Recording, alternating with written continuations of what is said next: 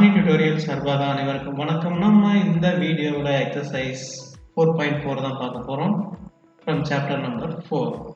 வாங்க வீடியோக்குள் போகலாம். ஸோ ஃபர்ஸ்ட் நம்ம கிவன் இன்ஃபர்மேஷன் ஐடென்டிஃபை பண்ணிக்கலாம். Horizontal overhead power line. So நம்ம தலைக்கு மேலே இருக்கிற ஒரு பவர் லைன் வந்துட்டு carries a current of 90 ampere in east to west direction. So current வந்து பார்த்தோம் அப்படின்னா east to west direction move ஆகுது.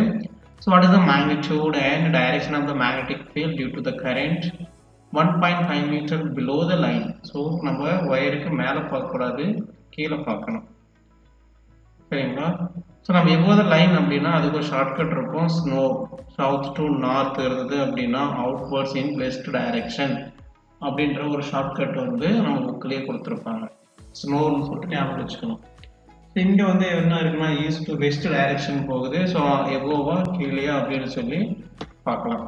ஸோ கிவன் எழுதிக்கலாம். ஸோ கிவன் என்ன சொல்கிறாங்க அப்படின்னா கரண்ட் வந்து பார்த்தோம் அப்படின்னா 90 ampere. This belongs to east to west direction and distance கொடுத்துட்டாங்க 1.5 metre. Very very important one, below the line அப்படின்னு சொல்லி கொடுத்துருக்காங்க.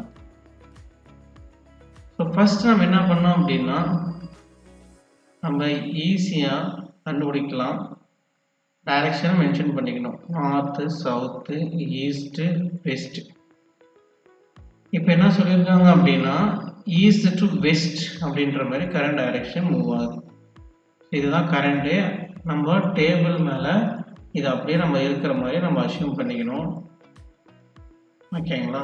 ஒரு ராடு வந்து வச்சுருக்கோம். அந்த ராடு கரண்ட் வந்து east to west direction move ஆகுது.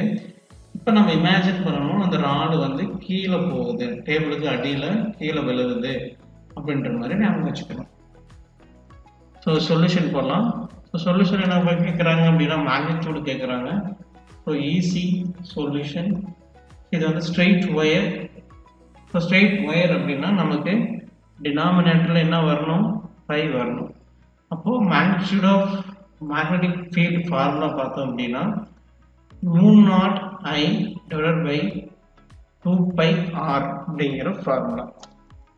ஸோ μ0ஓட வேல்யூ நமக்கு தெரியும் 4π × 10⁻⁻7 அண்ட் கரண்ட் பார்த்தோம் அப்படின்னா நமக்கு 90 ஆம்ஸ் கொடுத்துருக்காங்க. 90 டிவைடட் பை 2π. டிஸ்டன்ஸ் பார்த்தோம் அப்படின்னா மீட்டர் தான் கொடுத்துருக்காங்க, 1.5 metres. Only of any conversion here 5π மட்டும் கேன்சல் பண்ணிக்கலாம். ஸோ 4 × 90 × 10⁻⁻7 டிவைட் பை 2 × 1.5 வந்து பார்த்தோம் அப்படின்னா 3. இதையும் கேன்சல் பண்ணால் 30.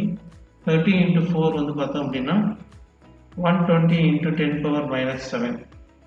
ஸோ நமக்கு ஃபைனலாக மேக்னெட்டிக் ஃபீல்டு என்ன கிடைக்குது அப்படின்னா ஸோ 120ங்கிறது நம்ம என்ன பண்ணிக்கலாம் 1.2ன்னு எழுதிக்கலாம், இல்லை அப்படின்னா 12 கூட எழுதிக்கலாம், நோ ப்ராப்ளம். 12 × 10⁻⁻6 டெஸ்லா. இதுதான் நமக்கு வந்து சொல்யூஷன். இப்போ நம்ம டைரக்ஷன் கண்டுபிடிக்கலாம். இப்போ டைரக்ஷனுக்கு வந்து பார்த்தோம் அப்படின்னா சிம்பிள். ஸோ நம்ம டைரக்ஷன் வந்துட்டு ஈஸ்ட் டு வெஸ்ட் போகுது. ஸோ கரண்ட் வந்து இந்த மாதிரி போகுது. இப்போ நம்மளுடைய ரைட் ஹேண்ட் ரூலை வந்து நம்ம வந்து ஃபிக்ஸ் பண்ணுறோம்.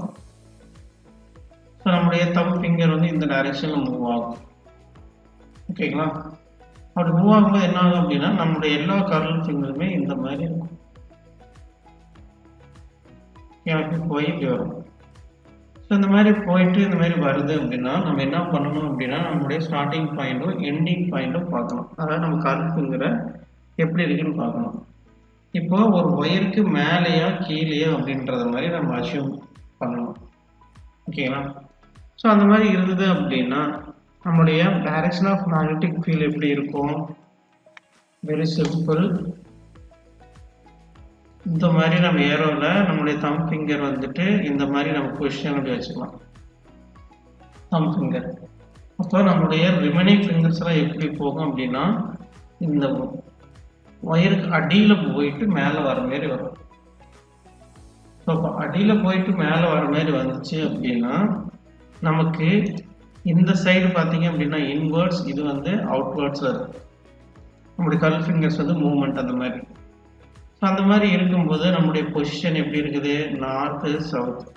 அப்போ நார்த்தில் எப்படி இருக்கும் அப்படின்னா இன் இருக்கும், சவுத்தில் வந்து outer.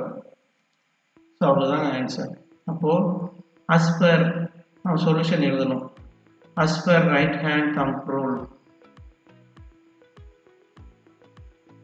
the direction of magnetic field is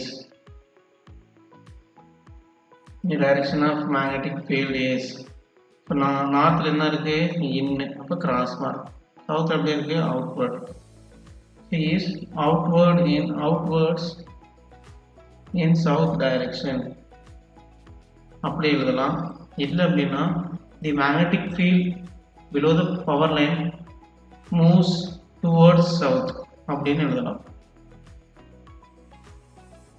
நார்த்தில் இருந்து சவுத்துக்கு வருதுன்னு எழுதலாம். ஸோ கொஸ்டின் ஈஸியாக அண்டர்ஸ்டாண்ட் பண்ணிட்டீங்க அப்படின்னா சொல்யூஷன் ஈஸியாக ஐடென்டிஃபை முடிச்சிடலாம். ஸோ இந்த வீடியோ உங்களுக்கு பிடிச்சிருந்துச்சுன்னா மறக்காமல் லைக் பண்ணுங்கள், சப்ஸ்கிரைப் பண்ணுங்கள், உங்கள் ஃப்ரெண்ட்ஸ்க்கு ஃபார்வர்ட் பண்ணுங்கள். நன்றி.